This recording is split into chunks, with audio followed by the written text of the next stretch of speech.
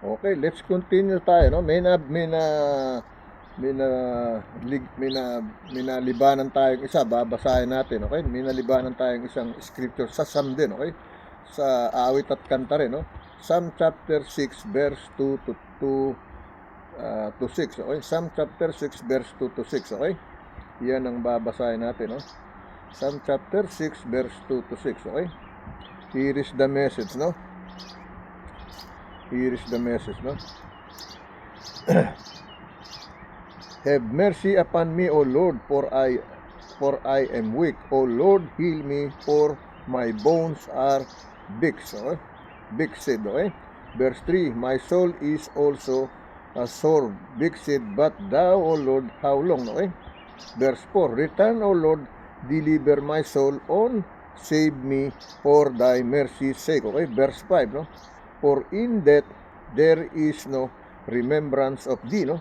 In the grave who shall give thee thanks, okay? Verse 6, no? I am weary with my groaning, no? All thy night make I made bed, no? To swim, I waters my coats with my tears, okay? Yan ang sinasabi, no? Basahin natin sa Tagalog version, okay? Yan yung sakwa natin, no? Sa devotion healing prayer na babasahin natin, no? Napastago siya, no? Napasok mo sa loob, okay? So, basahin natin sa Tagalog version, no? Mga awit o kanta pa na 6, versikulo 2 hanggang 6, okay? Mga awit o kanta, no? Pahina 6, versikulo 2 hanggang 6. Sa Spanish, no? Salmo, kapitulo 6, versikulo 2 hanggang 6, okay? Maawa ka sa akin, O Panginoon, sapagkat ako'y naluluoy, O Panginoon. Pagalingin mo ako sapagkat ang aking mga buto ay nagsisipangalog, okay? Nagsisipangalog, nanginginig, no? Shaking, no? The bones is shaking, nanginginig, okay? Versikulo 3, ang akin ding kaluluwa ay nababagabag na mainam. At ikaw, O Panginoon, hanggang kailan, no? Versikulo 4, bumalik ka, O Panginoon, palayain mo ang aking kaluluwa. Iligtas mo ako alang-alang sa iyong kagandaang loob. Okay? Versikulo 5, no? Sapagkat sa kamatayan ay walang alala sa iyo, no? Walang aalala sa iyo, no? Sa Sion ay sinong magpapasalamat sa iyo, no? Versikulo 6, no? Ako'y pagal ng aking pagdaing, paggabi ay aking pinalalangoy ang aking higaan, aking dinidilig ang aking higaan ng aking mga luha, okay? So pag umiiyak siya,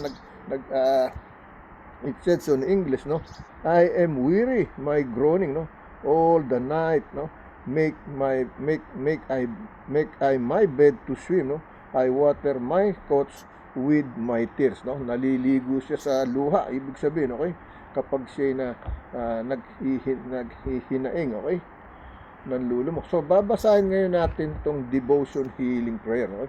Before we go to the other scripture chapter and verse, okay? The title of that is The Anguish of Overwhelm, no? Love by God, no? The anguish, no? Love by God, no? The Anguish of Overwhelm, okay? Yan ang ginawa natin tayo dyan. Kinuha rin natin sa God Promises and Jesus as a devotion healing prayer, okay? The anguish of the overwhelm, okay? So let me read this there, no? Have mercy on me, O Lord, for I am faint. Heal me, Lord, for my bones are in agony, my soul is in deep anguish, no? How long, Lord, how long, no? How long, Lord, how long, okay? Hanggang kailan, no? Psalm chapter 6 verse 2 to 3, but we read verse 2 to 6, no? Feeling perpetually overwhelmed directly affects the way you feel and think, no? Okay? As Harvard Business Review reported, no, the cognitive impact of feeling, no, perpetually overwhelmed can range, no, from mental slowness, no, forgetfulness, no, confusion, difficulty concentrating or thinking logically, to a racing mind, or impaired ability to problem solve, no? when we have too many demands on our thinkings over an extended period of time, cognitive fatigue can also happen, making us more prone to distraction and our thinking less agile, less agile. You might relate to feeling pain as some Psalm 6 describe your bones might ache in agony, and your soul might feel tormented in deep anguish. How can you deal with this kind of overwhelm? Okay? First, ask the Lord for His mercy and discernment. He may step in to heal you. He may step in to heal you. Pagagalingin ka. Okay? Or He may give you insight into the demands. He may give you insight into what demands are necessary and what demands are unnecessary. Follow His lead and bravely cut off what needs to be eliminated. As you do, watch how your overwhelm eases. Okay? Here is the prayer. Have mercy on me, Lord. I feel pain and anguish over all my perpetual overwhelm. Please help me learn to say not to all that unnecessary. Okay? Yan ang sinasabi. Okay? Now, let's go to the other scripture chapter and verse. Punta tayo sa ating Matthew. Matthew chapter 6 verse 14 to 18. Matthew chapter 6 verse 14 to 18. Okay? Here is the message. For if ye or you forgive men trespasses, your heavenly Father will also forgive you. Verse 15. But if ye or you forgive not men their trespasses, neither will your Father forgive your trespasses. Verse 16. Moreover, when ye or you pass, be not as the hypocrites of a sad countenance, for they disfigure their faces, that they may appear unto men to pass. Verily I say unto you, they have their rewards. Okay? Verse 17. But thou, when thou passest, anoint thine head, and wash thy face. Okay? Verse 18, last verse. Thou dost appear not unto men to pass, but unto thy Father which is the secret, and thy Father which set in secret shall reward thee openly. Okay? Maririnig ka dahil nananalangin ka ng tahimik sa isang lugar. Okay? Basahin natin sa Tagalog version. Matthew chapter 6 verse 14 to 18. Okay? Mateo 6 versikulo 14 hanggang 18. Okay? In Spanish, Mateo kapitulo 6 versikulo 14 hanggang 18. Okay? Here is in Tagalog version. Sapagkat kung ipapatawad ninyo sa mga tao ang kanilang mga kasalanan, ay patatawarin naman kayo ng inyong Ama sa kalangitan. Okay? Ibig sabihin, if you know how to forgive, the Father, He will forgive you in heaven, the Father in heaven, or the Son of God, with the Holy Spirit. Yan kasi yung tunay na Diyos, the Father, the Son, and the Holy Spirit, in one Spirit, but they divided in three, as a Father, as the Son, and the Holy Spirit. That's what they said. But it came from one Spirit. That is the real God. Okay? Versikulo 15. Dadapat kung hindi niya ipapatawad sa mga tao ang kanilang mga kasalanan, ay hindi rin naman kayo patatawarin ng inyong ama ng inyong mga kasalanan. Okay? Versikulo 16, bukod dito, pagka kayo nag-aayuno, ay huwag kayong gaya ng mga mapagpaimbabaw na may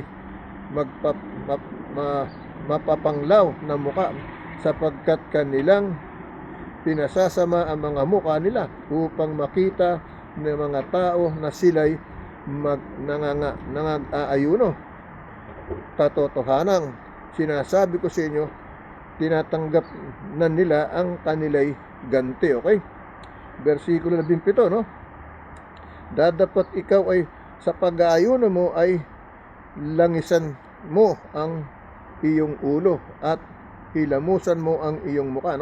Versikulo 18, upang wag kang makita ng mga tao na ikaw ay nag-aayuno, kundi ang Ama mo na nasa lihim at Ama mo na nakakakita sa lihim ay gagantihin ka, no? Gagantihin ka, okay?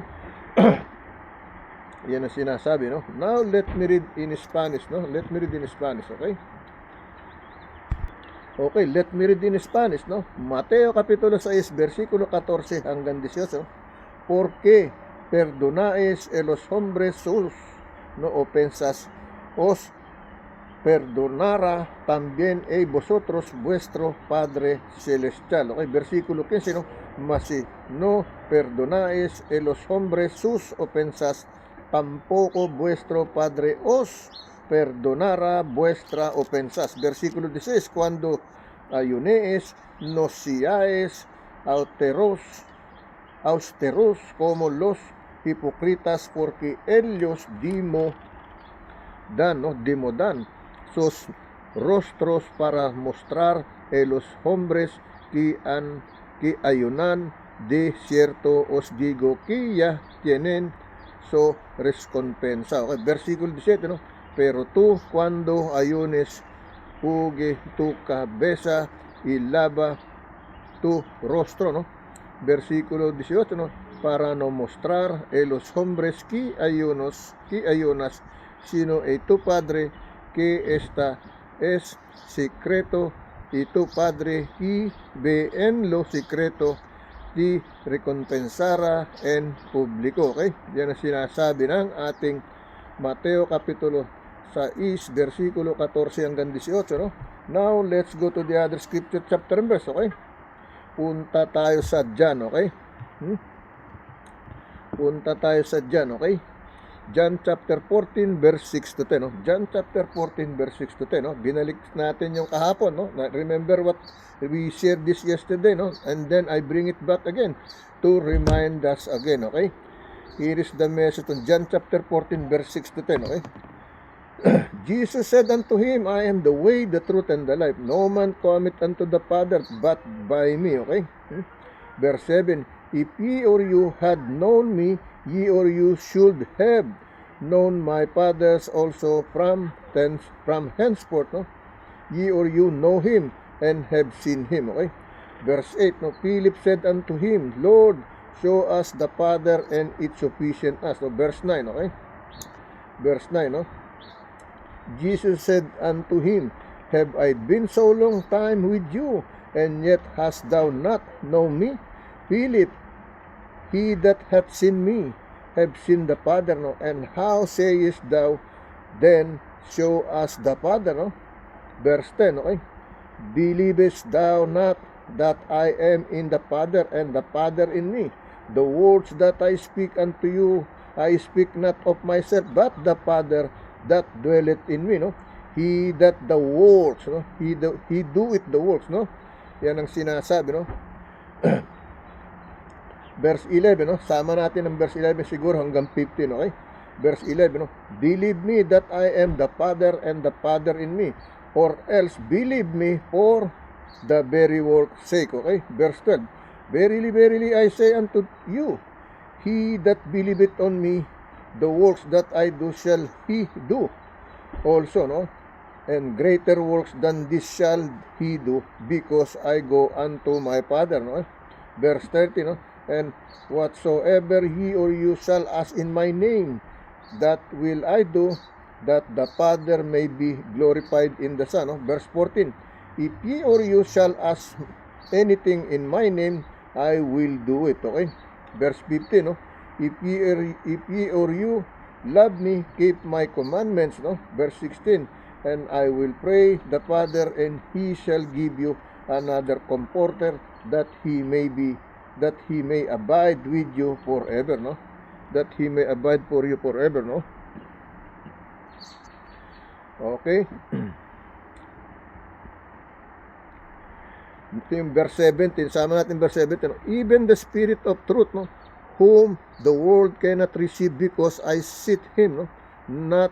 Neither knoweth him, but ye or you know him, no? For he dwelleth with you, and shall be in you. Okay? Yan ang sinasabi, no? Verse 18, I will not leave you comfortless, I will come to you. Verse 19, yea, a little while in the world sit me no more, but ye or you see me because I live, ye or you shall live also. Okay? Yan ang sinasabi hanggang 19. Sama natin ng 20. Okay? And that day ye or you shall know that I am my Father and ye in me and I in you. Okay? Yan ang sinasabi. Okay? So yung ginagawa natin, yun ang nangyayari sa atin. No? Sinasabi dito. No? It says on verse 20. No? And that day ye or you shall know that I am in my Father, no? And ye or you in me and I in you. Okay? So nagkakasama sa isa, no? Sa nagiging isa yung tatlo, ibig sabihin. Okay? Now let me read in Tagalog version. Okay? 1 pahina 14 versikulo 6 hanggang 20 na binasa natin. Okay? Sinama na natin, hinabaan natin. Okay? Kasi gusto ko madagdagan. Yung binasa natin kahapon 2 to 6 yata yung binasa natin kahapon. Okay? 1 pahina 14 versikulo 1 pahina 14 versikulo 6 hanggang 20. No? Sinabi sa kanya ni Jesus, ako ang daan at ang katotohanan at ang buhay ng sinuman ay hindi makaparoroon sa Ama kung hindi sa pamamagitan ko. No? Sinasabi niya, Jesus said unto him, I am the way, the truth, and the life. No man cometh unto the Father but by me. Okay? So, hindi ako makakarating doon if not because of our Lord Jesus Christ, no? With His Spirit, no? To guide me as my salvation, no? As our Savior. Okay? To be there in the kingdom paradise of heaven in His Father's house. Okay? Versikulo 7, no? Kung ako'y nangakilala ninyo, ay makikilala ninyo ang aking Ama. Buhat ngayon siya'y inyong nakikilala at siya'y inyong nakita. Okay? Excuse me, no? Versikulo 8, sinabi sa kanya ni Felipe, Panginoon, ipakita mo sa akin ang Ama at sukat na ito sa amin. No?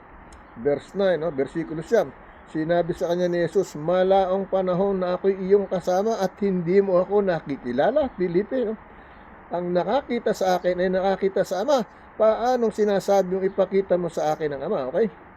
This is a lot of people questioning this word, no? In this verse, no? In verse 9, Jesus said unto him, have I been so long with you, and yet hast thou not known me, Philip? He that seen me, no, hath seen the Father, and how sayest thou, then show us the Father? No? Okay? Yan ang sinasabi, no? Yung sabi ng iba, hindi sila nila. Sinabi sa kanya ni Jesus, no, malaong panahon mo na ako'y iyong kasama at hindi mo ako nakikilala, Filipe. Ang nakakita sa akin ay nakakita sa Ama. Paanong sinasabi mo na ipakita mo sa akin ang Ama? No?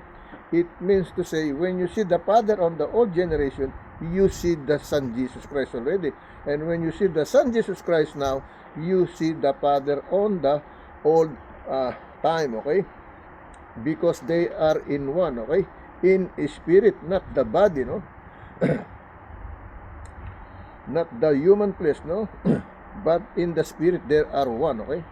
So it means to say, when you see the Father, you see Jesus Christ. When you see Jesus Christ, you see the Father and the Holy Spirit, okay? Because they are in one Holy Spirit, no? Versikulo, sabi sa versikulo siya, no? Sinabi sa kanya, malaon mo ng panahon ako'y iyong kasama. Hindi mo ako nakikilala, Filipe. Ang nakakita sa akin ay nakakita sa Ama. At paanong sinasabi mo ipakita mo sa akin ang Ama? Versikulo 10, hindi ka pa baga nananampalataya na ako'y nasa Ama at ang Ama ay nasa akin at ang salitang aking sinasabi sa inyo'y hindi ko sinasalita sa aking sarili, kung hindi ang Ama na tumatahan sa akin at gumagawa ng kanyang mga gawa. Okay? Again, let me read that in English, no? In verse 10, okay? Believest thou not that I am in the Father, no? And the Father in me, the words that I speak unto you, I speak not of myself, but the Father that dwelleth in me, He do it the works, no? He do the works. Siya yung gumagawa ng trabaho, okay? Para sa akin o sa sino mang nagsisilbi sa Panginoon, okay? Versikulo 21, no? Magsisampalataya kayo, no?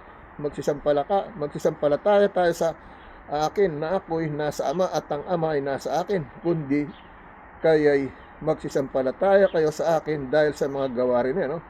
Believe me that I am in the Father, no? And the Father in me. or else believe me for the very work's sake. Okay, yan ang sinasabi, no? Basahin natin sa versikulo 22. Katotohanan sinasabi ko sa inyo, ang sa akin ay sumasampalatay, gagawin din naman niya ang mga gawang aking ginagawa, at lalong dakilang mga gawa kaysa rito ay gagawin niya, sapagkat ako'y naroon sa Ama. Okay? Verily, verily, I say unto you, he that believeth on me, no, the works that I do shall he do also, no? And greater works that this shall he do, because I go unto my Father. Okay? Versikulo 13, no? At ang anumang iyong hingin ay aking sa aking pangalan ay yaon ay aking gagawin, upang ang Ama ay lumuwalhati sa anak. Okay? Versikulo 14, kung kayo'y magsisingi ng anuman sa pangalan ko, ay yaon ay aking gagawin. No? Versikulo 5, kung ako'y inyong iniibig, ay tutup din ninyo ang aking mga utos. Okay?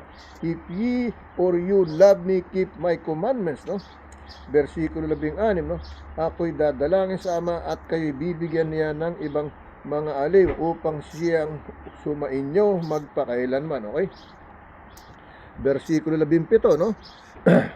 Sa makatuwid bagay ang espiritu ng katotohanan, na hindi matatanggap ng sanlibutan, sapagkat hindi nito siya nakikilala, ni nakikilala man, at siya'y nakakakilala ninyo, sapagkat siya'y tumatahan sa inyo. Okay? Sabi ng versikulo 17, no? Sa makatuwid bagay ang espiritu ng katotohanan, na hindi matatanggap ng sanlibutan, no? Sapagkat hindi nito siya nakikita, at ni nakikilala man, no? Siya'y nakikilala ninyo, sapagkat siya'y tumataan sa inyo at sa inyo. Okay? Hindi sa mundo kundi sa tao. It means to say, no, the Holy Spirit, it will not stay on the earth, no, but from the human being with the mortal flesh, with the mortal body, the Spirit will stay with us. Okay? If we want to be with God, no? Versikulo 18, no? Kaya sabi rito, sa makatibay ang espiritu ng katotohanan ay hindi matatanggap ng sanlibutan, sapagkat hindi nito siya nakikita ni nakikilala man. Siya'y nakikilala ninyo, sapagkat siya'y tumataan sa inyo at sa inyo. To you, to me, or other people. It means to say, he will stay, the Holy Spirit in them, if we receive him. Okay? Versikulo 18, hindi ko kayo iiwang mag-isa, ako'y paparito sa inyo, no? I will not leave you comfortless, I will come to you. Oh? Versikulo 20, kaunti pang panahon at hindi na ako makikita ng sanlibutan, ngunit inyong makikita ako, sapagkat ako'y nabubuhay, ay mga bubuhay rin naman kayo. Okay? Versikulo 20, no? Sa araw na yaoy, makikilala ninyo ako'y nasa aking Ama, at kayo'y nasa akin, at ako'y nasa inyo. Okay? It says on verse 20, no? And that day ye or you shall know that I am in my Father, and ye or you in me, and I in you. Okay? Yan ang sinasabi. Okay? Now, let me read in Spanish. Okay? Okay, let me continue to read in Spanish. No? 1 Kapitulo 14, versikulo 6 hanggang 20. Okay? Here is the message. No?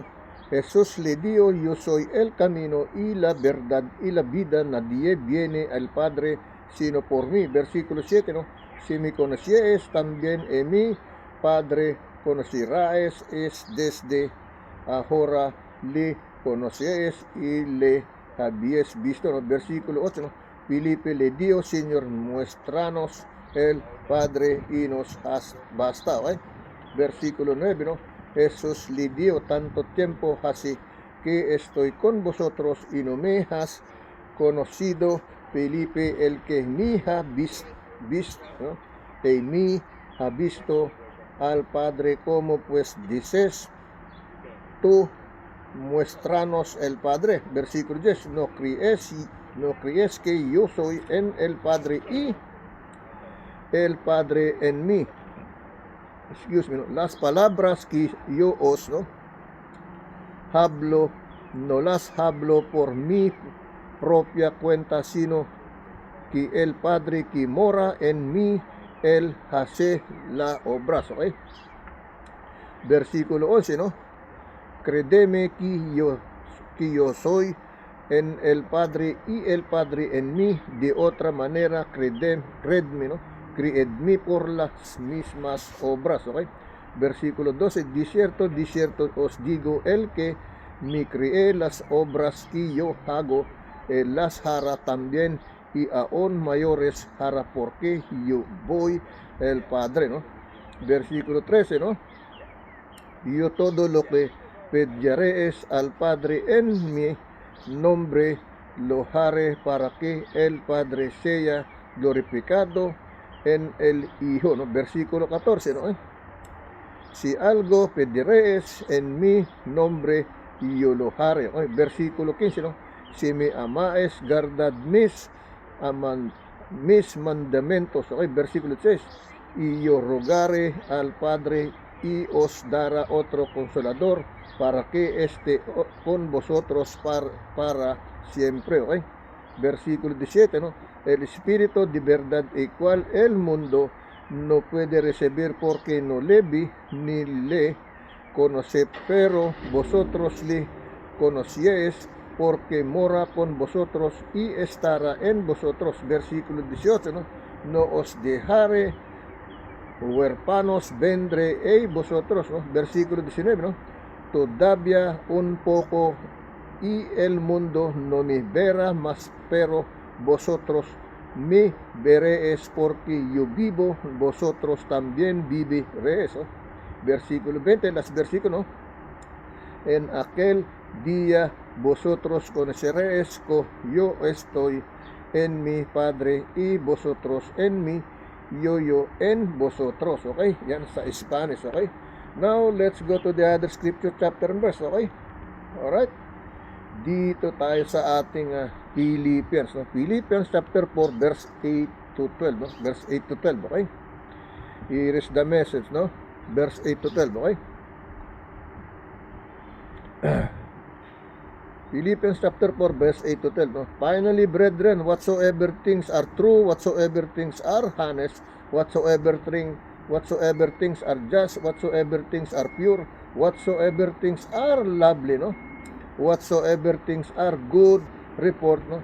If there be any virtue and if there be any praise, think of these things. Okay, verse 9, those things which ye or you have both learned and received and heard and seen in me, do, and the God of peace shall be with you. Okay, the God of peace shall be with you, no? Verse 10, okay, but I rejoice in the Lord greatly that now in the last your care of me hath flourished, against wherein ye or you were also careful, but ye or you lack opportunity. Okay, verse 11, no? Not that I speak in respect of one, no? For I have learned in whatsoever state I am therewith to be content, no? Verse 12, no? I know both how to be abused, no? I know both how to be abased and know how to abound everywhere, and in all things I am instructed both to be full and to be hungry, both to abound and to suffer need. Okay? Verse 13, okay? I can do all things through Christ which strengtheneth me. Okay? Yan ang sinasabi, no? Nasama pa natin yung 13, okay? Nasama pa natin yung 13, okay? But it's okay, okay? Now, let me read in Tagalog version. Mga taga-Pilipos, pahina 4, versikulo 8 hanggang 12, okay? Here is in Tagalog version, okay? Tatapos-tapusan, mga kapatid, anumang bagay na katotohanan, anumang bagay na kagalang-galang, anumang bagay na matuwid, anumang bagay na malinis, anumang bagay na kaibig-ibig, anumang bagay na mabubuting ulat, kung may anumang kagalingan at kung may anumang kapurihan, ay isipin ninyo ang mga bagay na ito. Okay? So, it means to say, before you do something, you have to think all of these things, no? Para hindi ka malagay sa alanganin. Ibig sabihin, okay? Versikulo siya, no? Ang mga bagay na inyong natutuhan at tinatanggap at naririnig at nakita sa akin, ang mga bagay na ito ay gawin ninyo at ang Diyos ng kapayapaan ay sa inyo. Okay? Versikulo 10, no? Dadapat ako'y totoong nagagalak sa Panginoon na ngayon saka huli-hulian ay inyong binuhay ang inyong pagmamalasakit sa akin, na dito'y katotohanan nagkaroon kayo ng malasakit, no? Ngunit kayo'y nagkulang ng mabuting pagkakataon, no? Versikulo 21, no? Hindi sa sinasabi ko ang tungkol sa kailangan, sapagkat aking natutuhan ang masiyahan sa anumang kalagayang aking kinaroroonan. Okay? Versikulo 22, no? Marunong akong magpakababa at marunong naman akong magpakasagana sa bawat bagay, at sa lahat ng mga bagay ay natutuhan ko ang lihim, maging sa kabusugan at maging sa kagutuman at maging sa kasaganaan at maging sa kasalatan. Okay? Versikulo 23, no? Lahat ng mga bagay na ay aking magagawa doon sa nagpapalakas sa akin. Okay? Lahat po yan, nararamdaman ko yan. Yung binasa natin yan, no? Yung sabi ng versikulo 22, no? Marunong akong magpakababa at marunong naman akong magpakasagana sa bawat bagay, at sa lahat ng mga bagay ay natutuhan ko ang lihim, maging sa kabusugan at maging sa kagutuman at maging sa kasaganaan at maging sa kasalatan. Okay? Kakulangan, ibig sabihin, no? Versikulo 23, no? Lahat ng mga bagay ay aking magagawa doon sa nagpapalakas sa akin. Okay? Imagine that, no? I feel all these things that we read, no? In verse 12 and 13, no? Sabi niya, I know both how to be abased and know how to be abound everywhere. And in all things I am instructed both to be full and to be hungry, both to be abound and to suffer need. Okay? Verse 13, I can do all things through Christ with strengthening me. Okay? Yan ang sinasabi. Basahin natin sa Spanish. Okay? Okay, let's continue. Let me read in Spanish, no? Espanyol, okay? Filipenses Kapitulo 4, versikulo 8 hanggang 13, okay? Por lo demás, hermanos, todo lo que es verdadero, todo lo honesto, todo lo justo, todo lo puro, todo lo amable, todo lo que es de buen nombre, si hay virtud alguna, si algo digno de alabanza, en esto pensado. Okay? Versikulo 9, no? Lo que aprendisteis, no? Y recibisteis y oísteis y vestíais en mí, esto así, y el Dios de paz estará con vosotros. Okay? Versikulo 10, no? En gran manera mi goci en el Señor, di que ya al pen habíais revivido vuestro cuadido de mí, de lo cual también estabais, no, solicitos, pero os faltaba la oportunidad. Okay? Versikulo 11, no? No lo digo porque tenga escasez, pues he aprendido a contentarme cualquiera que sea mi situación. Okay? Versikulo 12, no? Se vivir humildemente y se tener abundancia en todo, y por todo estoy enseñado, así para estar saciado como para tener hambre, así para tener abundancia como para padecer necesidad. Okay? Versikulo 13, no? Todo lo puedo en Cristo que me fortalece, no? Todo lo puedo en Cristo que me fortalece. Okay? Yan ang sinasabi. I can do all things through Christ, no? Strengthening me, no? Todo lo puedo en Cristo que me fortalece. Okay? Yan ang sinasabi sa Spanish, no? Now, let's go to our third video, the last one. Okay? Kakaunti na ng third video, siguro mga 2 scripture na lang. Okay? See you in our third video. An hour, the Holy 2026, no? April 29. Okay? Yan po, no? Okay? The holy month of the year, no?